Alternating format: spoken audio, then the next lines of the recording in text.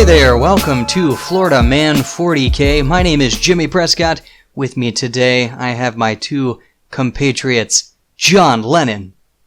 Hey, howdy.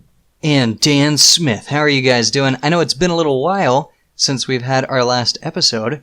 What has been going on in the meantime? I've been doing great. It has been a pretty exciting couple of weeks, but a pretty busy couple of weeks. Other than partaking in usual winter festivities, I was able to go to Seattle for the CharityHammer event hosted by Colin Sherman with Best in Faction. It'll definitely be one of the talking points for the episode today, but it was a very good time, but it has kept me pretty busy and sleep deprived. Dan, how about you? I have also been busy, just mostly with family stuff, some Warhammer stuff, trying to get armies together and all that, but I actually haven't really been able to go to any events or anything for like 2 months because it's just been that busy.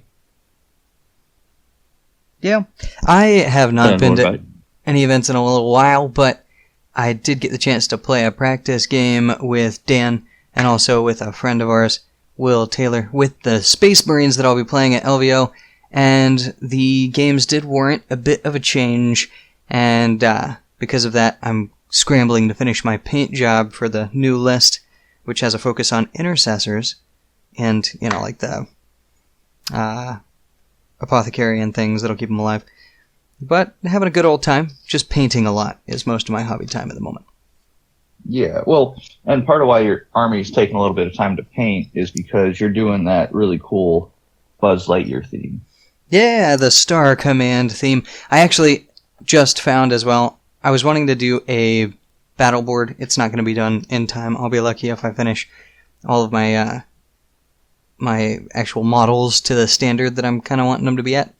But I wanted to do a battle board that was actually a Star Command base. It has like a view screen and little computers.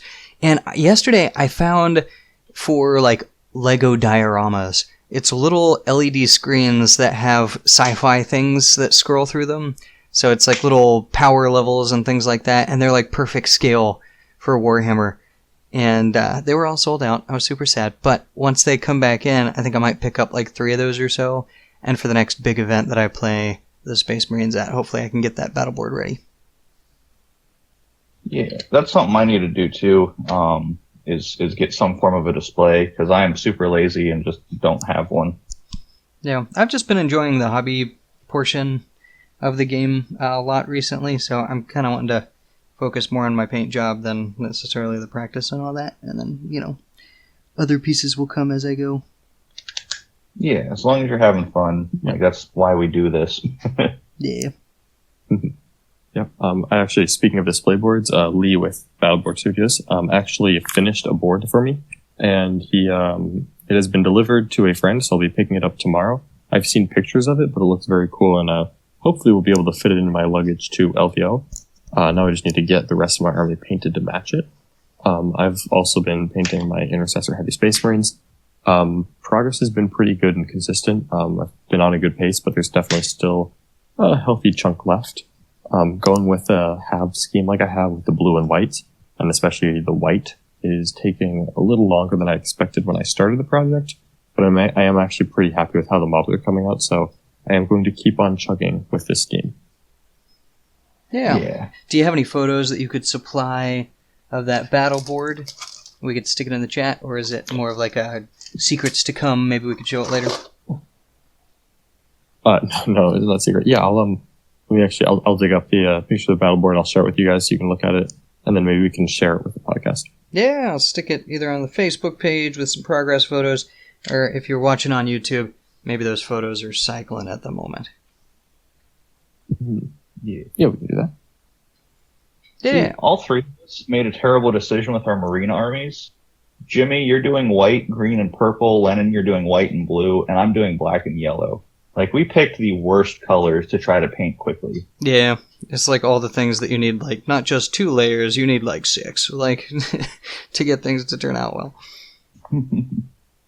Yeah, I definitely, this is my first time painting a white army, and I have the white where I like it, but it is not a fast thing to paint, so probably is not the best idea for a competitive army that I'm trying to get done for events. But that's okay. I think it's worth it. And I like having the models that are done painted. I like being able to kind of look at them. Just the color scheme makes me very happy. Yeah. But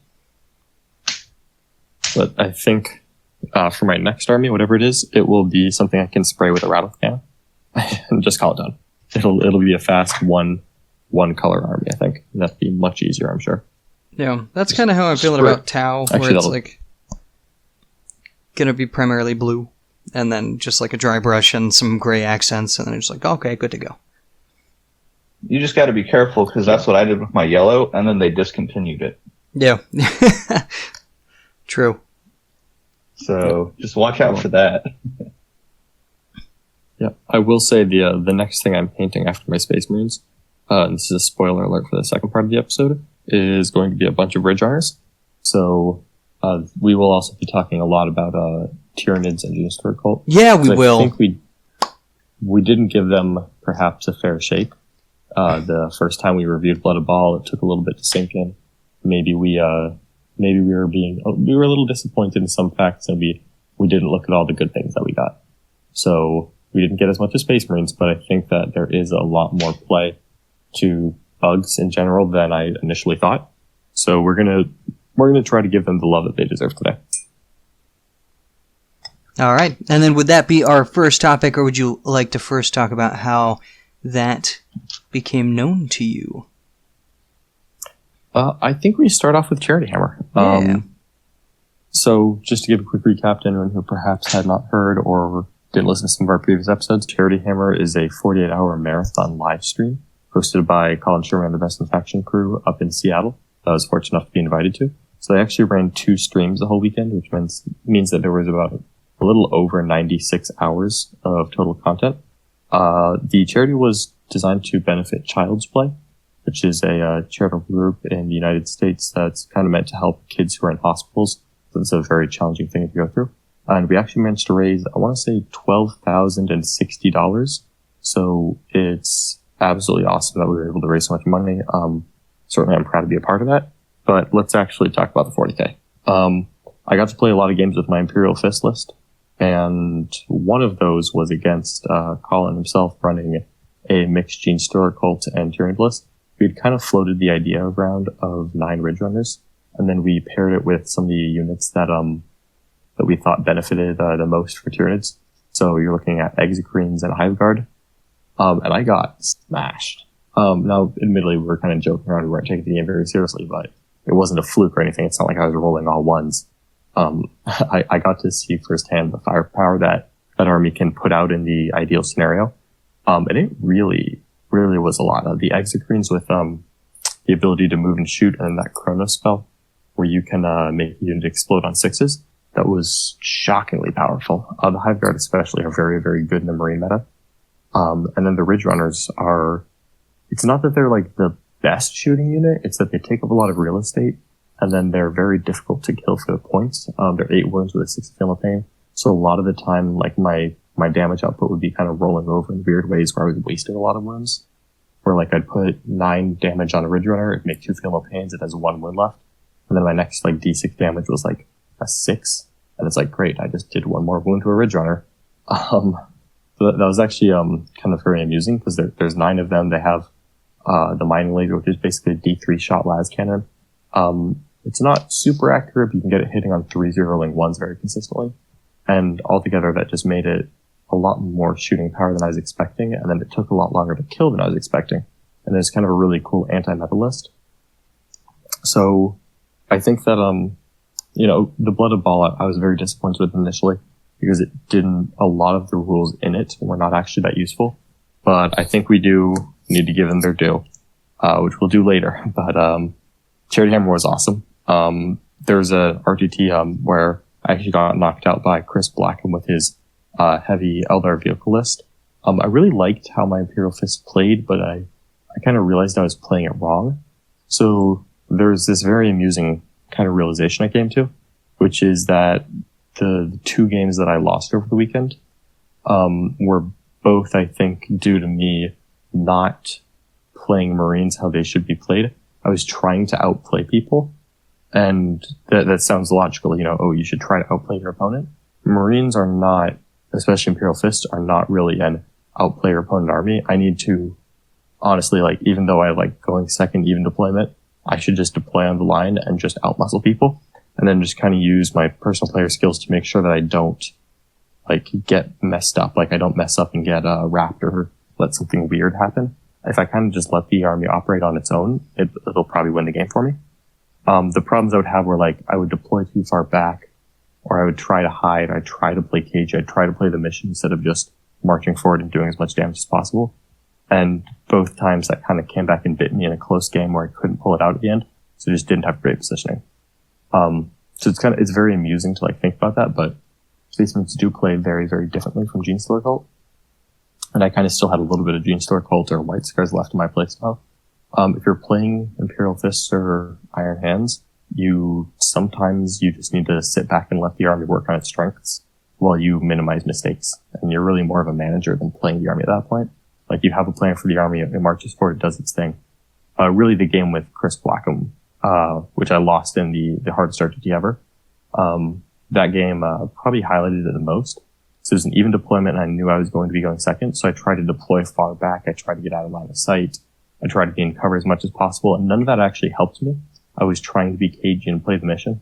What I honestly needed to do was and we hit a point where I'd taken a lot of casualties, I'd killed a lot of things, but I didn't have any indirect left, and he did, and he was kind of able to play cagey and just squeak the game out from there. It was a very good close game. I really enjoyed playing Chris. But honestly, if I just deployed my entire army on the line, yeah, I'm taking casualties, but I'm taking them no matter what. Then I would be able to retaliate a lot more efficiently. I'd be able to march through the train of my infantry and get to the point where I would actually be able to see his line of sight, ignore line of sight units, and start shooting them, and that probably would have carried the game for me. So that was a very interesting realization about how the army plays.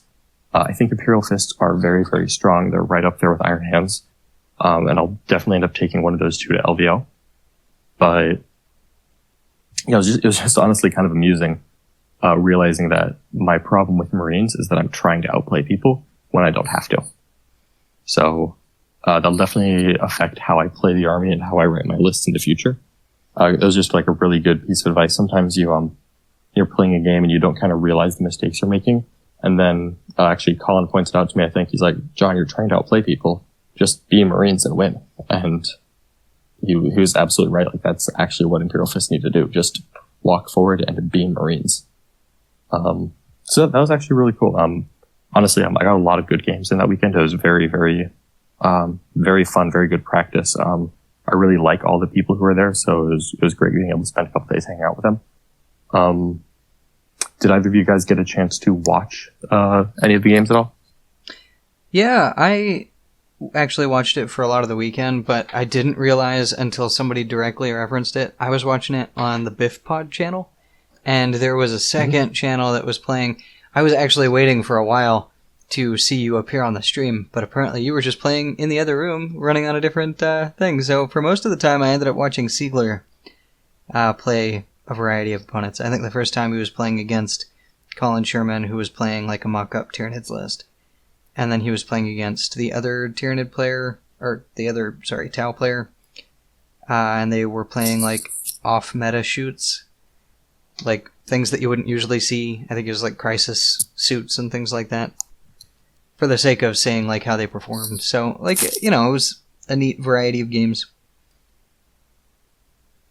And then I did end up tuning into that Ridge Runner game because you had specifically linked it to me. And that was exciting. So I did get to play with the Ridge Runners kind of after I lost that game, which made me enjoy playing them a lot more. I did a variant where I credit to Alex McDougall here, where I ran the Stormlord and Genestealers with the Ridge Runners, and actually played it against Alex McDougall running my Imperial Fist. We did a little army swap. And again, the Ridge Runners were victorious. Which was honestly just hilarious. Like they took a couple of turns of Imperial Fist shooting. They lost vehicles, but they didn't just get gutted in one turn. Just due to the toughness 5 just means that like they're losing models, but they're never losing everything at once. And then the 6 of Feel No Pain again, just kind of offset the damage enough that they weren't dying efficiently. And that was just really actually fun to play. Like, after playing Marines for so long, it was very fun playing an army that was so fast and dynamic. Definitely it's not as tough, not as easy to play, but it definitely had fun and made me want to play with the Tyranids more. I was playing a lot on the second stream too, the CharityHammer stream. I will say probably my favorite game from the weekend, I think, was a game I played against Nick Notavati. I actually played him 3 times this weekend and actually won all 3, which is awesome. That evened our personal record, where before he had beat me a couple times. So this game was it was actually a donation game where we each had money donated for someone else to pick our faction. So Ruben Fernandez donated a good chunk of money, and he chose for me to play Pure Dark Angels. And then Nick, I think it was John Moore and Tim Penny, teamed up to donate, and they made him play Pure Farsight Enclaves with Farsight, which I think was hilarious. You know, you got Pure Dark Angels, Pure Farsight on one side or the other. What we both ended up kind of independently cooking up, I took a very vehicle-heavy list with 3 Dark Angel Vindicators, 2 Talon Masters, Samuel the Dark Shroud, and then a couple of Stalker tanks and Impulsors. Just as I wanted to leverage that, I wanted to kind of overwhelm with vehicle targets and protect Samuel and the Talon Masters and let them do a lot of the work. And then I had the Line Breaker Bombardment Stratagem from the Vindicators, which is very similar to the Death Ray strat that Necrons get with their Doom Scythes. So what kind of made that game fun was that Notavati had 34 Fusion Blasters in the list against my all-vehicle list. So we both kind of went into it thinking that I was just going to get blown off the table. But and this is a very good game to rewatch it. I certainly thought it was fun. I was able to screen him out for a very long time. I was able to use the Mortal Wind Bombardment from the Vindicators a couple turns in a row. And that really swung the game in my favor just because I was able to maintain the screens, keep his Fusion Blasters away from important tanks, and then punish him very heavily every time he got close to me. So yeah, I ended up winning that game, and it was really fun. And it was kind of fun using like 2 very off-meta lists, because I think like the last 8 games that I've played into Tau have all been 3 commanders with 3 Riptides and 40 to 50 drones. Like that's kind of the template and there's no reason to change it right now. It was kind of cool playing into like a Crisis Bomb with Ghost Guild Tau list, and especially playing with Dark Angels, who are, certainly not a faction that gets a lot of love nowadays. Yeah, and I'd imagine you guys proxied that, or does Colin Sherman just have like a bunch of models at his disposal over there? We actually just had an absolute metric ton of models there. Oof. So you got to actually play the Space Marine models and Dark Angels models and all that. That's cool. Yeah, I actually had all the Dark Angel models. There's a lot of local gamers that kind of helped with that. Like we submitted a list in advance, and then Colin went out and sourced some of the models he needed. Both Siegler and Brian Pullen were there, so they both had their Tau collections as well. Colin plays Tau. Chuck, another one of the best faction guys, owns a Tau army, so between all of that, they were able to source all the models they needed for it. But yeah, it was very, very cool, very fun, getting to play the off-meta list like that. Just a couple other games that I think were, kind of noteworthy from there. So I would say like the best learning games for me was, losing to Colin Sherman's, Ridge Runner list, just being able to see kind of how it worked. That was very eye-opening. And then losing to Chris Black and Zeldar, I think I kind of described both those games already. But I also played another game against Notavati, which was Imperial Fists into Iron Hands. That was again on the CharityHammer stream if you guys want to go back and watch it. That was another game that I pulled out by just going second and being very cagey. I kind of denied him targets. I didn't stick out my intercessors. I was mostly using indirect. I was able to bait him into dropping his drop pod turn 1, and then I was able to get a lot of units in combat with the drop pod so he couldn't shoot me. And I was kind of able to use that to control the board without risking myself to his very punishing Iron Hand shooting. And then I let the Chaplain Dreadnoughts just kind of pick away with their character keyword and the Las Cannons. The Chaplain Dreadnoughts were definitely winners for me this weekend. This was the first time that I was really using 3 of them in a game. And definitely like them. They'll be staying in the list, in the Imperial Fist list for sure. And then finally I got to play against Brian Pullen, the winner of SoCal Open. That was pretty fun because, as you guys may know, Brian Pullen won the SoCal Open and I got 2nd place. So it was kind of cool to get that long-awaited match, that I wish I could have gotten that weekend. This one I ended up squeaking out by a couple points. It was very interesting playing against him since I get to play against Sealer so often. He had the 3 Riptides with the Wall of Drones. I had the Imperial Fists. It kind of felt, like 80% of the game was just both of us kind of moving a little bit and shooting each other.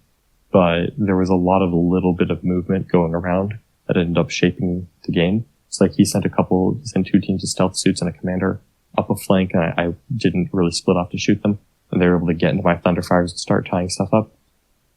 And then I had to send melee units over there to break them out in time so that I could keep the Thunderfire shooting, which helped me pull out those couple points.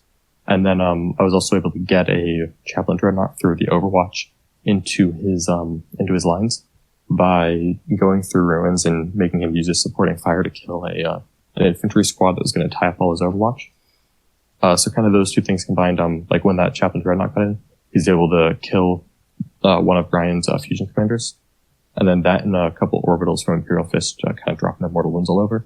Those were very crucial. So there's there's a lot of just standing still and shooting each other, but there's a lot of little bit of play in how we were positioning stuff that that made the game a lot more interesting than just a straight up gunline on gunline match. I just want to again highlight how awesome it was. It was really good practice. I got to meet and play a bunch of people I haven't met before. I want to give a shout out to Adam Camilleri from Down Under Network. I got to talk to him a lot this weekend, kind of about the ETC and also Down Under pairings. In the United States, we pretty much exclusively use Best Coast pairings, but I was able to kind of look at some of the stuff that Down Under does. It is really cool. So something that they're able to track with Down Under pairings, he pulled up a random Australian player, one of their high-ranked players, and he was able to tell me their win percentage from for the entire ITC season, as well as how long their win streak was, who they lost to, what missions they lost on, their win percentage going first, going second, getting seized on, seizing, what secondaries they chose, what secondaries people chose against them, what secondaries people were and weren't getting against them. So honestly, I've never used Down Under pairing before. Obviously, I do not live down under anything. But it was really cool. I got to look at an Australian player and I could see okay, when people take this secondary against this player, they get 4 points almost all the time. When they take this other secondary, they're averaging 1.8 points. If they're taking Butcher Bill against this guy, they're just not getting the points. And that's really cool. It's if I were to ever go play that guy, I might look at this list and think, oh, this is an easy Butcher Bill. But then according to Down Under pairings, oh man, everyone's taking this and no one's getting it. Maybe I shouldn't take Butcher's Bill. Maybe I should actually take Headhunter, and then maybe he's actually very aggressive with his characters.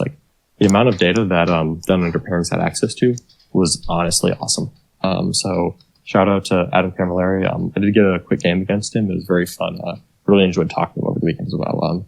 He's one of the crazy Australians, and I know that we have a couple Down Under listeners who regularly listen to FloridaMan40k. So just a shout out to everyone Down Under. Hopefully you are all recovering from, hopefully the fire ends soon, and hopefully you guys are all having fun down there and staying safe. Yeah, but I think that's about all I had for CharityHammer. So we wanna dive into those Tyranids, those lovely red runners? Oh, for sure. Oh, I know you want to. Alright, so kind of initially I shit on Tyranids when the Blood Ball book came out. The custom hive fleets are absolute garbage. And I maintain that they still are, by the way. That is absolutely a fact. They are garbage. But some of the stratagems and the psychic powers are a lot better than I thought. As well, combined with Hive Guard and Ridge Runners and the Mountainthrope all going down in points with chapter approved, I think that they're not as good as Space Marines, but they're definitely a tier above where I thought they were. And I think they're kind of back to where they were a year ago, where pre-Gene's Third Code Codex, a good player can take them and actually get really good results still as kind of a counter-meta unit, counter-meta army, even if it's not as obvious as the power of Eldar Tau or Space Marines. So first thing is the Hive Fleet Chronos spell, where every 6 is an additional hit. That is super good. Super good. So it's a Warp Charge 6 spell, where I really felt the power was with Exocrines, because Exocrines get a +1 to hit if they hold stationary, and then they have a stratagem, 1 command point, to make a unit that moved count as stationary. So, the first time I looked at this and I was like, man, this really hurt. In that game against Colin, he had an Exocrine move around a corner to get line of sight on some intercessors. So it fires 12 shots, uses stratagem, so it counts as stationary. He casts this spell, so every 5+ to hit is additional hits. So it was 12 shots, and he got 15 hits out of it. And just, rinsed, an entire 10-man intercessor squad off the board. Yeah. And I was just like, man, that is way more painful than I was expecting. So are you thinking, though, I like mentioning that this is a, sorry, lost the thoughts halfway through that sentence. So mentioning that Tyranids have moved a step above, you think that it could be like a counter metal list? And you'd reference that the hive fleets and all that are not super great. Maybe we should wait until you've done the full unit synopsis, but does it seem like it may be more of a mono approach, where it's like this is a really good option against the meta at the moment, but it doesn't have a lot of different options? I think that Tyranids definitely have less builds than most of the other competitive factions. I think they're going to kind of fall into the Tau spot, where they're going to have 1 or 2 things that are very, very good, and a lot of stuff in their book that's not very good. You know how Tau have Kroot and Vespid and Crisis Suits and Broadsides, a whole bunch of units that are just not competitively viable. Yeah. Tyranids feel the same way. This is definitely not me saying that Blood of Baal was an overall great book that just buffed everything, but there's a couple more diamonds in the rough than I thought at first. Okay. So really all of the Tyranid buffs were to shooting, or to psychic. So, really, that's really it. But, shooting's very important in the game right now with the way some of the other competitive arms are set up. Hive Guard, I forgot how good they were into Marines. Hive Guard are really good at killing Marines. And especially Intercessors, which are obviously a huge deal right now. I was very impressed with Hive Guard, with the exploding 6s, and how much damage they were able to inflict on people. I do think it is monobuild. I think Tyranids, you're looking at Kraken Gene Stealers are, with Brood Lords and maybe Old One Eye, are basically the only viable melee unit still. That's kind of the same as before. That didn't change at all. They're just getting a little better support. And really the main buff is to Hive Guard and Exocrines, and to our psychic powers with the Relic Bone Spur, which basically just gives one of your psychers +1 to cast. And I think they can cast an additional power. See, I really liked that little Bone Spur thing. The +1 to cast is just a good relic, because Tyranids don't really have good relics in general. So having at least 1 good relic was awesome. The Ignore AP2 Hive Fleet adaptation makes your Hive Guard so good against other indirect fire. So good. Thunderfires, Whirlwinds, all of it's AP2. And those stupid Hive Guard just ignore AP2 in cover. So they basically just get a 3-up save against other indirect fire, while also killing other indirect fire in range. They were amazing. Really, that had more impact than I thought it would. So those are just kind of things that I underestimated how good they were going to be until I actually saw it on the table. So this is my apology to Tyranids. I'm sorry I shit on you. You guys deserve some love. And definitely, so through LVO, I'm going to be playing my Space Marines. As soon as LVO is over, though, I intend to start cooking my Forces of the Hive Mind again. Because I do think that they actually have competitive, viable tournament winning play. No. How many Exocrines were in that list? It was 3. And coincidentally, I already own 3 Exocrines, just because they were good a while ago, a couple of years ago. So I already have 3 Exocrines. So seeing them do so well actually makes me super happy. Exocrines are a fantastic counter Marine choice. Fantastic. They're not vehicles, but they are toughness 8. So they're very good against Imperial Fists. They're not going to die easily to Stalker Bull Rifles. Last cannons are still a bit of a problem, but that Malanthrope makes the -1 to hit, so they'll last just a little bit longer than you would think.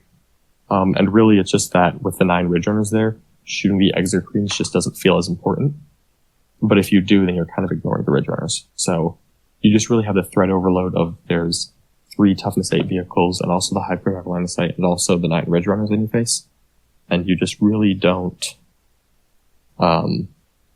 you don't kill it nearly as fast as you would think, like for Tyranids being all squishy. And you don't want to shoot the Exocrines because they're tougher and -1 to hit, so you shoot the ridge runners first.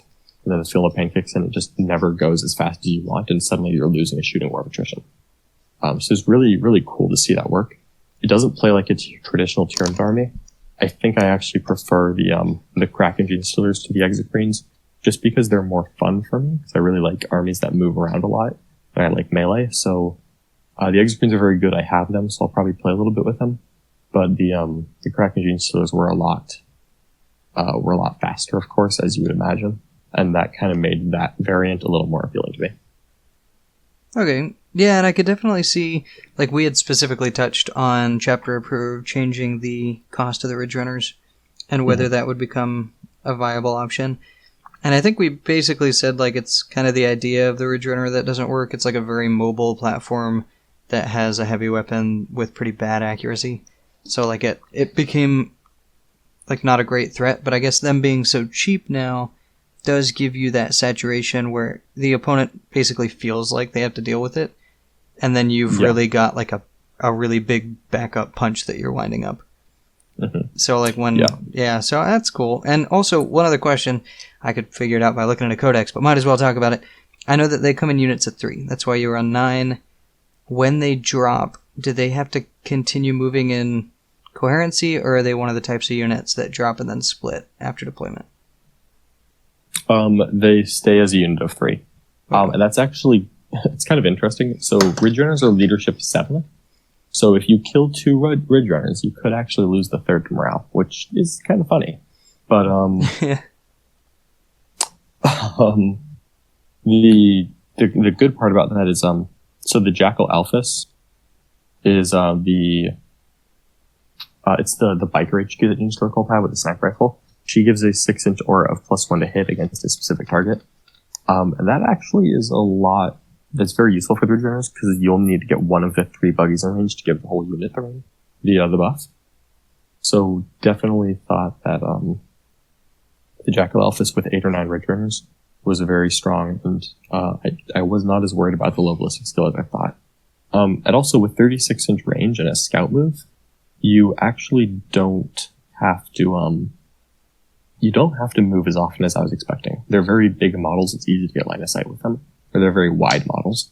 And with a 9-inch scout move, it's very easy to just scout move into a shooting position, then hold still and shoot. And so you don't take the heavy penalty. You get the +1 to hit against your mark target. And then suddenly, and Hive Cult has a Warlord trait, which is a 6-inch aura of reroll 1s to hit. So suddenly, like, yeah, they're not accurate. They're ballistic skill 4, the heavy penalty. Well, I was hitting on 3s, rerolling 1s with my 9D3 las cannons. I was getting a lot of hits. The first turn, I took 8 of them against Alex McDougall. I was able to scoop up a 10-man squad of intercessors and then start chipping on the next one, and killed about 4 or 5 there, which was really good damage output for them against intercessors that were just, with an apothecary, sitting in cover. Like, it really killed a lot of them. The weight of heavy stubbers is actually a lot more effective than I would have expected. So it was very cool to see an army that I kind of dismissed at first, working better on the tabletop. And there's probably a lesson in there where we always see these wacky zany lists, in other metas, or that people pitch to us, and we're like, oh, this is terrible. This will never work. It's not as good as the meta list. Every once in a while, it is actually really worth looking at, because I definitely kind of thought this was just a meme list that wasn't actually going to have any legs. It was a lot better than I thought. And with Tyranids and Gene Storkold, you can very easily get a lot of counterpunch in there. From like the Patriarchs and the Brutal Lords, and all the psychic powers that Tyranids have access to, and all the melee characters. Like, going out and charging the Ridge Runners is not nearly as appealing, because then you're going to get tagged by like Gene Stealers, the Swarm Lord, Brutal Lords, Patriarchs, Aberrants, whatever the melee units in the army are, because you're probably going to have at least one counterpunch melee unit. It was just a lot. It worked a lot better on the battlefield than it worked in paper. So that was actually really, really fun to see. Because I've been playing Space Marines because I just haven't thought of the Hive Mind as being a viable army to play right now. But they're my first love, so being able to see them do well really makes me happy. Yeah. And you guys know I love Tyranids, so reaping the benefits of your new knowledge definitely appealing to me as well. Yes, absolutely. I really think for Tyranids, you're looking at Hive Guard, Gene Stealers, the Swarmlord, Exocrines. All of those are very good viable units. The Malanthrope, and then just your standard troop choices. Gene Stealers, the Ridge Runner is very cool. Also a little bit of hidden tech. I've put a Sanctus in the list as well, which obviously Sanctus can be a sniper, and that's always cool and good. But I've got to give some credit to Innes Wilson, who I talk to frequently, about this idea. So the Sanctus is not just good because you can pop down and shoot twice. With Perfect Ambush being 0 command points, he can pop down and move closer to charge. And while it's normally not that good, he's not a good model in close combat whatsoever. If you take the Amulet of the Void One, then he doesn't get fired Overwatch upon. And Tyranids as a faction desperately need to ignore Overwatch. So having a Sanctus to drop down Perfect Ambush for 0 command points, go soak up the Overwatch, then the Gene Stealers come in is actually really, really awesome. And it means that your Gene Stealer cult have a lot of jank that doesn't cost a lot of command points because he gets to Perfect Ambush for 0 command points. And then the Ridge Runners don't inherently need a lot of stratagems. So you get to run your Tyranids. You can like do a double battalion, and then you get to use all those command points on the Tyranids. You get to double fire your Hive Guard a couple times. You get to double fight your Gene Stealers once. You're not spending all those command points on Perfect Ambush and the Gene Stealer cult stratagems. So the army worked very well together, because I am a firm believer that when you're playing Force of the Hive Mind, you really are only using the stratagems from one book or the other. It's very hard to get the right stuff to do both. You have to go like triple battalion at that point. But for a double battalion list, you can commit to using Tyranid stratagems, not Gene Stealer cult stratagems as often. And you're actually in a really good spot. I would have never thought to use the Sanctus to get closer in charge like that. Like, because, him being a sniper and Perfect Ambush allowing you to shoot as soon as you land, like, it seems like a super obvious play to just be like, oh, I'm just going to shoot. But that seems, that's definitely a really good option when you need it. Yep. And absolutely have to admit, I would not have thought of that either. That is someone else having a good idea and telling me about it, and now I'm stealing it. That's what that is. That is crazy. That's super strong. Mm-hmm. Yeah, no, actually putting it on the table, I kind of got into it. I was in the mood. I was in Synapse range. I was like, okay, I can actually see where this army works now. So that was just super fun. Everyone was talking about the doom and gloom of Space Marines being the best army in the game, which they still are. But every time you find a build for another army that makes it viable, it just makes me happy because you want to see that diversity in the game. I'm very excited to play Force of the Hive Mind after LVO. Yeah. Well, now I have to go invest in 9 Ridge Runners. So I've already made that mistake. If you'd like, you can borrow mine. We can trade off, and I'll play Space Marines. You'll play. Yeah, one of us will play Space Marines. One of us will play Ridge Runners at a given event. Yeah, I've also decided I have to buy Chaos Space Marines at some point now because I need the Zerg painted Chaos Space Marines to go next to my Star Command Buzz Lightyear army. Oh my god. That would actually be awesome. One step at a time. It also makes sense because he's mostly, Zerg is gray, purple, and black, so. Yeah, the colors make absolute sense there. Yeah. But then, I fully support that 100%, by the way, Jim. Please do the Zerg. The Zerg Chaos Space Marines. I 100% support that. Yeah. Oh, that actually makes me all tingle inside. I love it. One day. Okay. So that's actually really cool. I really want to see that now. You have to do it. I want pictures. All right. So I know you've been on the Space Marine kick recently. Are you thinking of maybe busting out the Tyranids again? I know that they are your love. Oh, for sure. Yeah, as soon as you mentioned that Ridge Runners are actually good, I think I've said it before. I own 2 new in box. I haven't built them because I had no faith that the weapons that I attached would be the optimized version whenever I went to go play them. And then I would love any excuse to get more of them, because ever since they did that Warhammer Community pre-release leak, and it has, like the white picture with just the model right in the center, I wanted the Ridge Runner, and I got it the week it came out, and then I think I just bought 2 immediately for some reason. And then, yeah, I think it might be my favorite model in the game. So, like, Exocrine is my favorite. Exocrine and the Mom Maliceptor are my 2 favorite Tyranids models, but the Ridge Runner I think is the favorite of the game.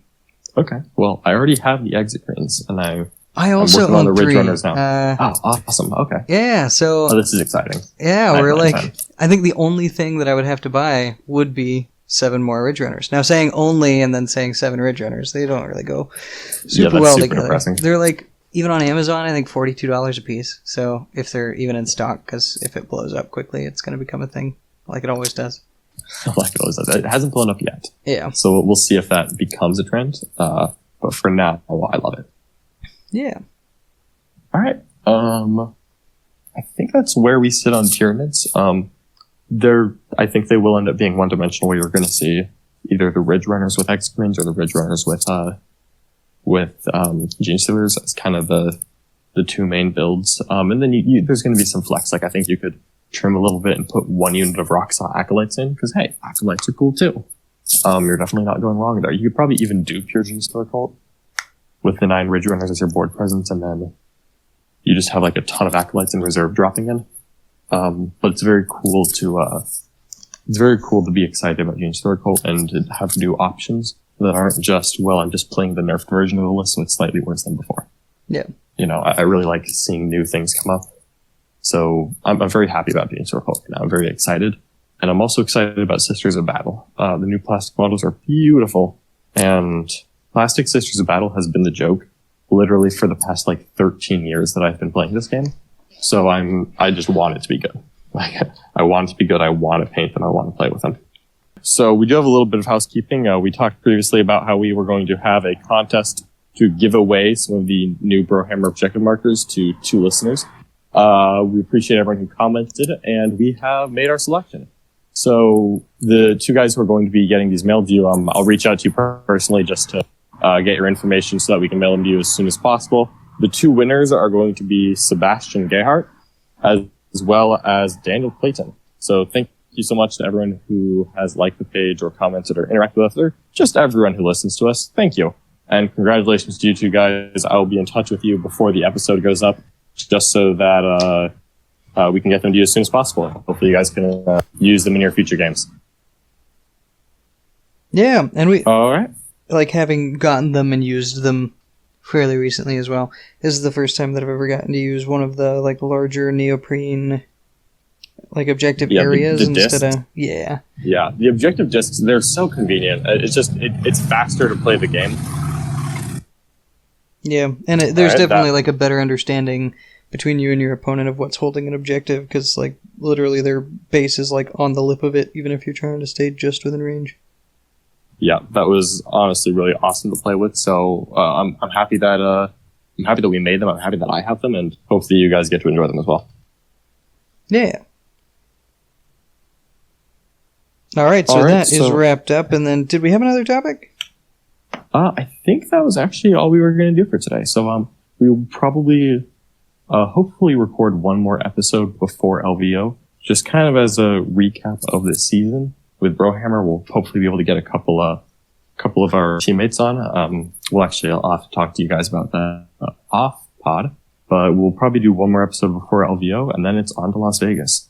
You have 2 weeks until Las Vegas, so everyone's painting, everyone's excited. I am super excited, and hopefully we will see a lot of the listeners there. Yeah, and if you see any of us, feel free to approach and, talk to us about what you guys are doing. Do the talking thing?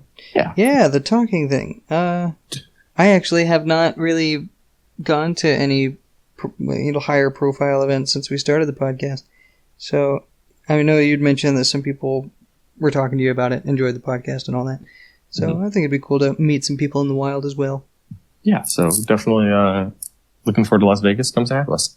But I think that's all that we have for today. So thank you so much for listening. Like, subscribe, do all of the stuff that we normally do.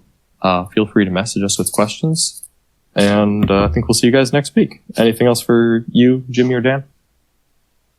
I think I'm good. I'm sorry I was kind of quiet this episode. I've had connection issues, but of course when we're finishing it up, everything comes through clear. So That's the best time. I prefer it when you don't talk anyway. Yeah. Oh, I know. so harsh. Oh. Anyways, thanks for listening, guys, and we'll be back on a semi-regular schedule. LVO is going to slow us down again a little bit, but we definitely want to keep stuff coming out and keep getting everything to y'all, and so we'll be here. Yeah, and after LEO, you can also count on a much larger episode. I know this one's a little shorter than normal, but we'll have plenty of content after that. Yeah. All right. Have a good one. All right, guys. See ya. Bye.